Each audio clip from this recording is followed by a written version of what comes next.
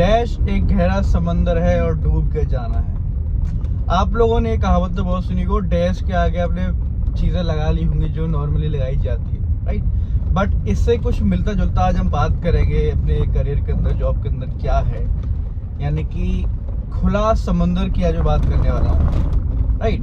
तो the complete word is startup. एक खुला समंदर है और स्टार्टअप से मेरा मतलब है गाइस एक बूट स्ट्रैप स्टार्टअप, और जिस स्टार्टअप के आप इनिशियल फेज में उसको ज्वाइन कर रहे हैं, ये कंडीशन अप्लाई है, ये ध्यान रखना। क्योंकि स्टार्टअप तो देखो बायजूस भी है, पीडब्ल्यू भी है, वहाँ पे एप्लीकेबल नहीं है।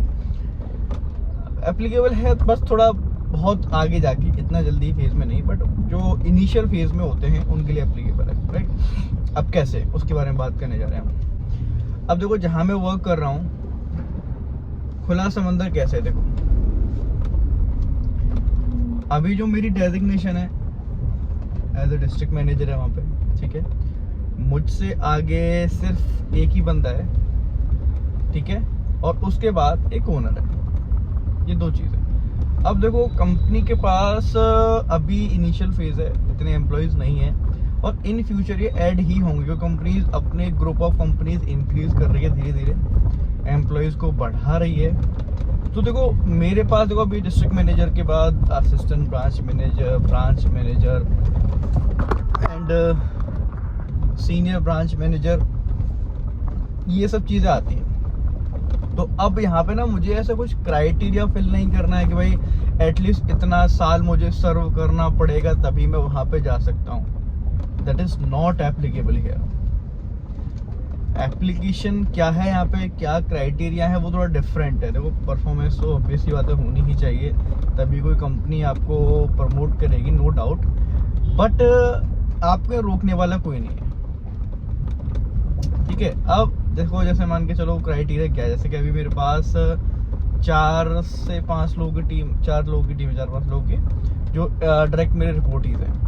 अब क्राइटेरिया क्या है कि मैं इसमें 2-3 टीएल, अगर 3 टीएल में ले आता हूँ अपने अंडर, 3 टीएल, और उनके अंदर 3-3 एफएलएस यानी कि एग्जीक्यूटिव्स ले आता हूँ, तो I can be promoted as a branch manager. तो यहाँ पे गाइस चीज़ें क्लियर हैं, आप समझो। यहाँ पे ऐसा नहीं कि भाई आपको इतने साल सर्व करना पड़ेगा तभी करना पड़ेगा, नहीं, कुछ नहीं। अपने आप एग्जीक्यूटिव लाओ, अपने टीएल लाओ, उनको हम अपने अंदर जोड़ो, उनको काम सिखाओ, काम कराओ, then you will be promoted to the next position, right.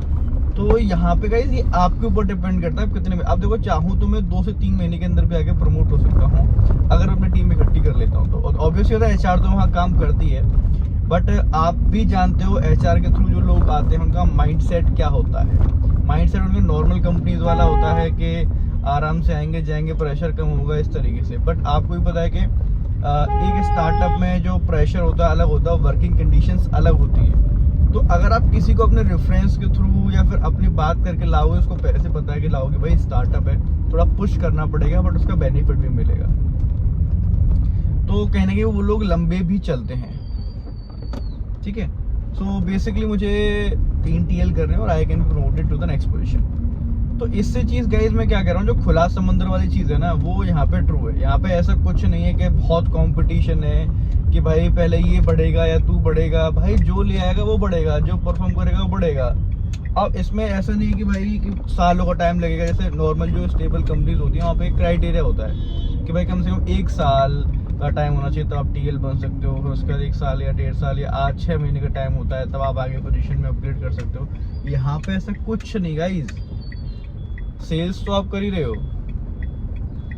Sales के साथ साथ में आप टीम अपनी बड़ी कर लो, टीएल्स ले आओ, मैनेजर्स ले आओ, you can be promoted to the next position. तो ये चीज़ मुझे आप आज लोगों से शेयर करनी थी कि खुला समंदर कैसे है, खुले समंदर में हम कैसे बढ़ सकते हैं। वो समंदर तो आपने पढ़ा हुआ कि तैर के जाना है, पर ये समंदर ऐसा है कि भाई इसमें रहना ही रहना है, इसमें रहेंगे तो बहुत बढ़िया रहेगा। अब इससे फ़ायदा क्या है इसके, देखो कहीं और मैं जाऊँ तो वहाँ पे देखो पहली बात तो लिमिटेशंस होती है कि भाई आप लास्ट इस तक ही जा सकते हो। और जो जहाँ सीनियर पोजीशन की जब हम बात करते हैं तो वहाँ पे कोई जो क्राइटेरिया लगा देते हैं कि एटलीस्ट इतने साल आपको कंपनी में दिए हुए होने चाहिए तभी आप आगे प्रमोट हो सकते हो, राइट, और इतना आपका होना चाहिए। ये यहाँ पे से कुछ नहीं है। पर देखो परफॉर्मेंस तो रहेगी, ऑब्वियसली बात है, परफॉर्म नहीं करोगे तो आप जो करंट पोजीशन है वो भी आपकी स्टेबल नहीं है, वो तो है ही। बट इसके साथ साथ कुछ और आप हेल्प करते हो तो आगे प्रमोट हो सकते हो। क्योंकि जैसे जो सीनियर हैं, जो ओनर, इन्होंने जो हमसे डिस्कशन हुआ था, उन्होंने ये बोला था कि भाई मैं तो रिसोर्स दूंगा, लेकिन अगर आप मेरे रिसोर्स के भरोसे बैठोगे तो उसके अकॉर्डिंग आपका इंक्रीमेंट होगा, उसके अकॉर्डिंग आप अपग्रेड करोगे। बट मैं तो कहता हूँ बी रिसोर्सफुल। बी रिसोर्सफुल का मतलब क्या है कि आप खुद रिसोर्सफुल बनो, यानी कि जो भी रिसोर्स क्या होनी चाहिए, टीम हायर करनी है, रिसोर्स अपने खुद बनो। जैसे हायर कर सकते हो रेफरेंस से, लिंक्डइन से, इन सब चीज़ों से, ठीक है। ज़रूरत है ट्रेनिंग की, उसमें भी रिसोर्सफुल लो, ट्रेनिंग आप खुद दो, समझाओ लोगों को, अपने अकॉर्डिंग ढालो। फिर क्या है परफॉर्मेंस, उसमें भी रिसोर्सफुल बनो, उनको बताओ परफॉर्मेंस कैसे दी जाती है। फिर बात है टारगेट की, उसमें भी रिसोर्सफुल बनो, कैसे टारगेट अचीव किया जाता है, कैसे सेल्स क्लोज की जाती है। तो अगर आप रिसोर्सफुल रहोगे, भी रिसोर्सफुल होगे, तो कहीं ना कहीं आप जल्दी ग्रो करोगे, और रिसोर्स के भरोसे बैठोगे तो आप कंपनी के अकॉर्डिंग ग्रो करोगे। सो ये चीज़ गाइज आपको बहुत ध्यान से सोचनी है और इस पर फोकस करना है, ये उन्होंने हमें बताया था। तो मैंने तो कहीं ना कहीं गाइज इस पर बहुत डीपली सोचा है, और मैं सोच रहा हूँ कि बी रिसोर्सफुल हूँ तो ज़्यादा बेटर है। क्योंकि देखो मेरा अब तक मैंने ऐसा कुछ नहीं किया, किसी की हायरिंग वगैरह अभी तक नहीं कराई है इस कंपनी में, क्योंकि मेरा माइंडसेट थोड़ा डिफरेंट रहा है अभी तक। क्योंकि बेसिकली अभी तक मैं जैसी कंपनी में वर्क कर रहा था वो स्टेबल कंपनीज थी, और वहाँ पे तो रेफरेंस तो वहाँ पे भी चलता है, वहाँ पे तो बल्कि प्राइस भी होता था कि भाई आप रेफरेंस लेके आओगे तो इतने रुपए मिलेंगे, और इस तरीके से प्रोसीजर रहता है। तो तब भी मेरा माइंड वहाँ नहीं है कि भाई मैं क्यों हायरिंग करूँ, मेरा काम सेल्स क्या उसमें करूँ। बट अब ये बात समझ में आ रही है कि भाई जिन लोगों ने उस टाइम हायरिंग कराई थी उनका नेटवर्क तो ग्रो हुआ ही, मतलब जो पर्सनल नेटवर्क है उनका, उसके साथ साथ उन्होंने अर्निंग भी करी। तो earning not a big part, but जो नेटवर्क होता है ना बहुत काम देता है आगे। जैसे कि अब अगर किसी और कंपनी में जाते हो, वहाँ पे रिक्वायरमेंट हो, तुरंत वो उनको बुला सकते हैं। तो ये थोड़ा सा मैंने सीखा कम। अब जैसे मैं आपको बता रहा था ना कि भाई स्टार्टअप में आके बहुत सारी चीज़ें सीख रहा हूँ, तो वन ऑफ द दोस्त थिंग ये है कि नेटवर्क बनाना भी बहुत इम्पोर्टेंट है गाइस। और मैं अपनी तरफ से लेके आता हूँ लोग, तो कहने की चांसेस भी मेरे ज़्यादा हैं जल्दी बढ़ने का, ठीक है। तो अगर आप भी गाइस किसी स्टार्टअप में हो तो मुझे बताओ कौन से स्टार्टअप में भी वर्क कर रहे हो, या फिर अगर आप किसी स्टेबल कंपनी में हो तो मुझे बताओ, और स्टार्टअप में आप क्या क्या प्रॉब्लम्स फेस करते हो मुझे बताओ। क्योंकि एक्चुअली मेरी एक सब्सक्राइबर है, उनसे मेरा डिस्कशन हुआ था ओवर द इंस्टाग्राम। उन्होंने मुझे बताया था कि मैं किस स्टार्टअप में हूँ और कहीं ना कहीं स्टक हूँ उसमें, और बहुत लंबा एक डिस्कशन हुआ था। अगर मैं उनसे पहले परमिशन लूँगा कि भाई ये चीज़ हम पब्लिक कर सकते नहीं कर सकते, तो अगर मैं परमिशन लेता हूँ फिर मैं उसके बारे में डिटेल में आपको बताऊँ कि वो स्टोरी क्या थी। तो बहुत ही कहोगी डीप स्टोरी है, रियल स्टोरी है जिनके बारे में उन्होंने मुझे बताया। तो परमिशन लूँगा उनसे मैं, और अगर उन्होंने परमिशन दे दी तो कुछ हो सकता है काम की चीज़ आपके लिए भी हो उसमें से, ठीक है। तो वो चीज़ भी मैं ज़रूर शेयर करूँगा आपके साथ इस चैनल पे। तो अगर आप नए हो तो सब्सक्राइब करके रखना, पुराने हो तो बेल आइकन ज़रूर दबा लेना, क्योंकि कई बार नोटिफिकेशन मिस हो जाता है तो आप नहीं देख पाते हो। तो आई डोंट वांट दैट, ठीक है। तो स्टार्टअप का गाइस अपनी जर्नी शेयर करना। अगर स्टेबल कंपनीज में भी हो तो वहाँ पे क्या चल रहा है, वहाँ पे आप लोग क्या प्रॉब्लम फेस करते हो मुझे बताना। और साथ के साथ गाइस मैं एक सोच रहा हूँ जैसे अपना फेसबुक पे एक ग्रुप बनाने के लिए, अपना शॉर्टली इंटरेस्टिंग एक ग्रुप बनाएंगे जहाँ पे आप लोग डिस्कशन करेंगे हम सब लोग कि भाई मैं इस कंपनी में वर्क कर रहा हूँ और मैं ये प्रॉब्लम फेस कर रहा हूँ, या फिर ये पॉजिटिव चीज़ है इस कंपनी के लिए। यानी कि कह सकते हैं कि पॉजिटिव रिव्यू टाइप रहेगा, फीडबैक टाइप, कि मैं इस कंपनी में वर्क कर रहा हूँ, ये मेरी प्रोफाइल है और इसका मेरा फीडबैक ही है। क्योंकि जो लोग जिन्होंने ज्वाइन नहीं किया है या ज्वाइन करना चाहते हैं तो उनको एक रियल फीडबैक मिलेगा। तो मैं तो लिमिटेड कंपनीज में काम किया, अभी बहुत ज़्यादा कंपनी में किया नहीं है, बट जो आप लोग मेरे साथ जुड़े हो वो डिफरेंट एरियाज़ में इंडिया के में आप रहते हो और वहाँ की कंपनीज में वर्क कर रहे हो, लोकेशन से आप अवेयर हो, तो कहीं ना कहीं बहुत से लोगों का बेनिफिट इसमें होगा और कहीं ना कहीं यूनिक हमारा ग्रुप कहलाएगा। क्योंकि ऐसा ग्रुप मेरे ख्याल से अभी नहीं है, सिर्फ कि जो जॉब के बारे में ही फीडबैक रहा। और फीडबैक का मतलब ऐसा नहीं कि बना बनाया फीडबैक कि भाई ये स्टार्ट दो, इसमें आपको छूट है, आप कैसे भी कर सकते हो, प्रॉपर किसी वीडियो बना के भेज सकते हो, फोटोज़ भेज सकते हो, अपना कोई इंसिडेंट शेयर कर सकते हो, जैसे चाहो वैसे कस्टमाइज कर सकते हो। तो अगर आप इसमें एग्री करते हो तो प्लीज़ कमेंट मी डाउन। अगर इस पर ठीक ठाक कमेंट्स वगैरह आ जाते हैं तो हम उसको स्टार्ट करेंगे।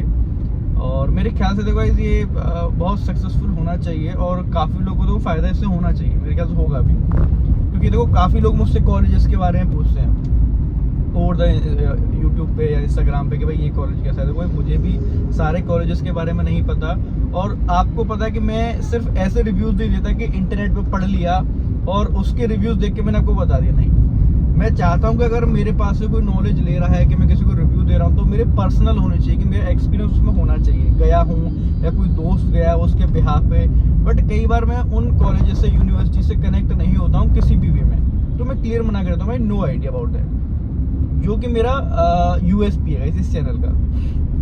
तो मैं चाहता हूँ इसके जो लोग कॉलेजेस के बारे में, जॉब्स के बारे में जानना चाहते हैं तो उनको वो लोग रेफर करें जो करंटली उस जॉब में या फिर उस कॉलेज या यूनिवर्सिटी में करंटली हैं, तो एक रियल रिव्यू निकल के आएगा गाइस। तो इससे क्या है ना, तो उन लोग को भी जो अभी तक रिव्यू नहीं ले पा रहे थे, रिव्यू जाना चाहते, पॉजिटिव रिव्यू मिलेगा और उन लोग को एक कनेक्शंस भी मिलेंगे, नेटवर्क भी आप लोग का ग्रो होगा, जो फ्यूचर में ऑब्वियसली बात है काम आता ही आता है। तो आप सब लोग एग्री करते हो इस पे, तो please let me know guys.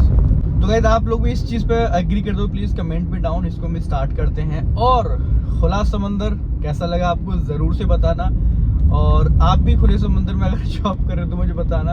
और देखो हर किसी का रिव्यू जो है पॉजिटिव नहीं हो सकता है, नेगेटिव भी नहीं हो सकता, तो आपका जो भी रिव्यू प्लीज मुझे बताना, और ट्राई करूंगा उसको आगे और डीप में बात करने के लिए और उसके ऊपर प्रॉपर एक वीडियो बनाने के लिए। So that's it for today. Thank you so much guys for love and support जो मैं देख रहा हूँ आपके तरफ से, बहुत अच्छा लगता है मुझे। तो प्लीज़ लाइक करना, लव अपना सपोर्ट कंटिन्यू करोगे तभी। देखो आपका एक लाइक और एक कमेंट आपको उसमें कुछ नहीं देता, आप तो बस रिव्यू डालते हो, बट उससे जो मोटिवेशन मिलता है ना वो बहुत इंपॉर्टेंट होता है, क्योंकि उससे ही मैं आगे चल पाता हूँ, आगे वीडियो बनाने का मोटिवेशन मुझे मिल पाता है। क्योंकि अभी तो अर्निंग तो हो नहीं रही है, अभी तो जस्ट सेवा चले। देखो मोटिवेशन के दो तरीके होते हैं, या तो देखो आज ही समय कोई पैसा या कुछ ऐसी चीज़ मिल रही हो जिससे हम मनाएं, राइट, और दूसरा कुछ है कि लोगों को चीज़ पसंद आ रही है, लोग चीज़ को पसंद कर रहे हैं, उसमें रिएक्ट कर रहे हैं, कमेंट कर रहे हैं, तो हमें लगता है कि हाँ मेरे इस कंटेंट से मैंने जो चीज़ स्टार्ट करी है उससे कुछ लोग का तो फ़ायदा हो रहा है। अरे यार रुक जा भाई, ये पता नहीं क्यों आज इतना हिल रहा है। तो प्लीज़ गाइस मोटिवेट में सपोर्ट करना और ये आजमाने का नहीं, ठीक है। इस तो ये मान नहीं रहा है तो वीडियो में पेंट करनी पड़ेगी। मिलते हैं तो bye, take care, love you, bye bye.